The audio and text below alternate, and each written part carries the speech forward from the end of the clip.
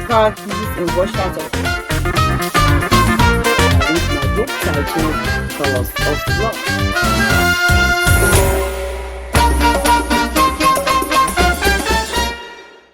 Hello there, thank you for joining me again today. My name is Adeola. You're welcome to another episode of Olabooks Readers Reviews, where I have been reading my book titled Colors of Love. Don't you forget, your comments are always welcome. All right, last week I began reading chapter 5 titled A Mother's Experience, and today I will conclude the reading of chapter 5. All right, come along with me. All my links are down below, so where you can purchase all of my books. Olabooks International, selfpub.com, Amazon.com, Barnes & Noble, and many more online bookstores. All the links are below, and links to previous episodes of my readings, Olabooks Readers Reviews, are also down below. All right, let's delve into reading. Page 48. She was surprised when she saw her mother walk through the door into her office. She rushed to her to give her a warm embrace.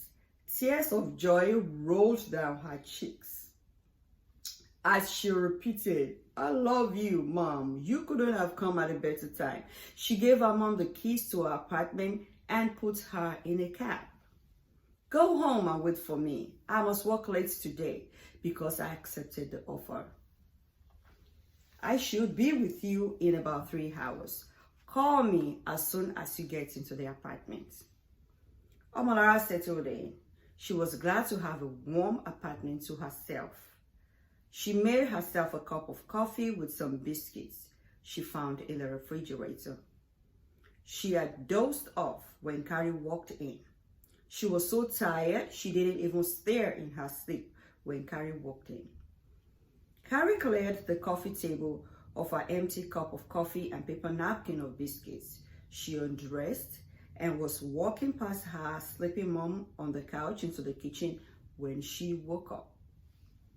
"Oh, you're back," Omolara said in between a yawn. "Yes, Mom, I didn't want to wake you. I knew you were exhausted from the long journey." Omolara agreed that she was fatigued, and when she said she thought it was old age, they both agreed that was true. But Carrie insisted that she didn't look her age. Carrie suggested to her mom to get a hot bath while she made dinner.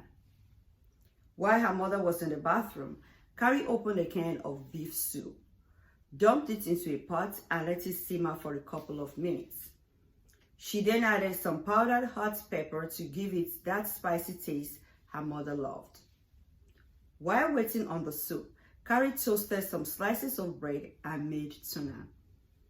She also had available her favorite kale salad. The table was ready by the time her mother came out of the bathroom. She knew her mother would eat the salad first. She loved kale salad. I do too. Dinner went smoothly. They talked about things in general: her job, her siblings, her dad, and they were both yawning at 11 p.m. When Omolara suggested that they go to sleep so she wouldn't be late for work the next day, she said she would have taken the day off, but there was a lot of work to be done. She would finish setting up her office the next day, which was a Tuesday, and find out if she could get a colleague to work for her on Wednesday. That way, she could spend a whole day with her mom. Her mother wanted her to go to work every day. She would have the entire weekend with her, she said. Besides, she would be waiting for her after work every day. They spoke about almost everything, but never mentioned that night the reason why she came. However, they got to it the next day. Her mom had prepared a local delicacy before she returned from work.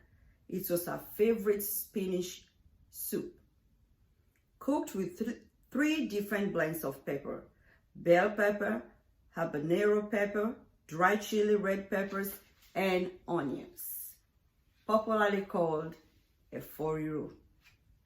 She added 3 different kinds of seafood: dried shrimp, dried catfish, and stockfish. She also made some pondo yam. Carrie didn't take her work outfit off before she went for the food. She was appreciative as she ate. The spicy taste was the best part of the meal. Omolara offered to do the dishes while Carrie took a bath. They were both seated in front of the TV when Omolara broached the subject of her visit. She wanted to hear everything that transpired between Carrie and Tosin. Carrie told her story without leaving anything out. Omolara said almost the same thing that Yeni said. She wouldn't lie to her. She said outright that Tosin was a cheat.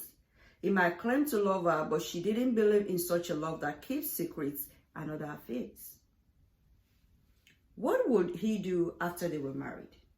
She went ahead to narrate the story of her life. I want you to learn from my mistakes and not repeat them. The decision is yours to make, but I want you to be reasonable. She further explained to her that all her other siblings were happily married. She would want Carrie to be too. She didn't want any of her children to suffer from the hands of a man like she had. Love in the right direction is the best thing that could happen to a woman. Carrie promised to think about it because she still hadn't made up her mind to let go. She would ask him to give her 2 weeks to think about the situation. Her mother prayed with her on the issue that night before they went to sleep. She knew she couldn't do more than pray and advise her. The decision was for her to make. Carrie couldn't sleep for a long time. After the discussion with her mom, she knew she wanted her to break up with Tosin, but she couldn't. Breaking up with him didn't sound right. What would she tell her friends? Also, colleagues at work. Most of her church members knew she was getting close to getting married. What would she tell them? She was already thinking of settling down and getting pregnant, having babies, and living a happy married life. What would happen to that? Should she just let Susan take away what belonged to her?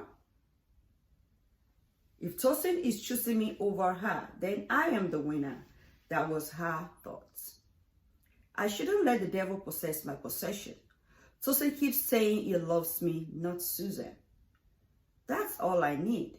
I mean, I should be proud of the fact that out of 2 women, I am the chosen one. I think my prayer point should be for God to make everything possible for me to marry Tosin. He needs my prayers to stay faithful to me, and he needs my prayers for our love to stand. I think I will start praying right away. She did.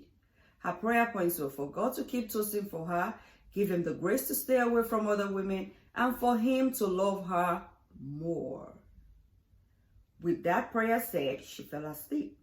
What she didn't know was that while she was praying, Tosin was spending the night with Susan. He needed to get her pregnant. All right, I just finished reading chapter 5. So what do you think? Well, I don't have too much to say about Carrie. It looks like she's beginning to think the situation over and trying to make a decision. But I want to talk about her mom, and she told her mom, related her past experiences to her and tried to make her reason along with her, saying, okay, don't make the same mistakes that I made. All right, my question to you is this. Do you always take that advice from your mom or your dad, as the case may be, when they say, oh, I've been through this before, I want you to learn from me? Or do you just say, well, maybe it didn't work out for you, but if I go that route, that doesn't mean it won't work out for me? Or must you take the advice they give you? Do you think the advice they give to you are so valuable that you have to use them? Answer the question in your mind. And if you like, answer the question and leave me a comment. Until next time, when I come your way again, I say, have a fantastic weekend and keep on reading.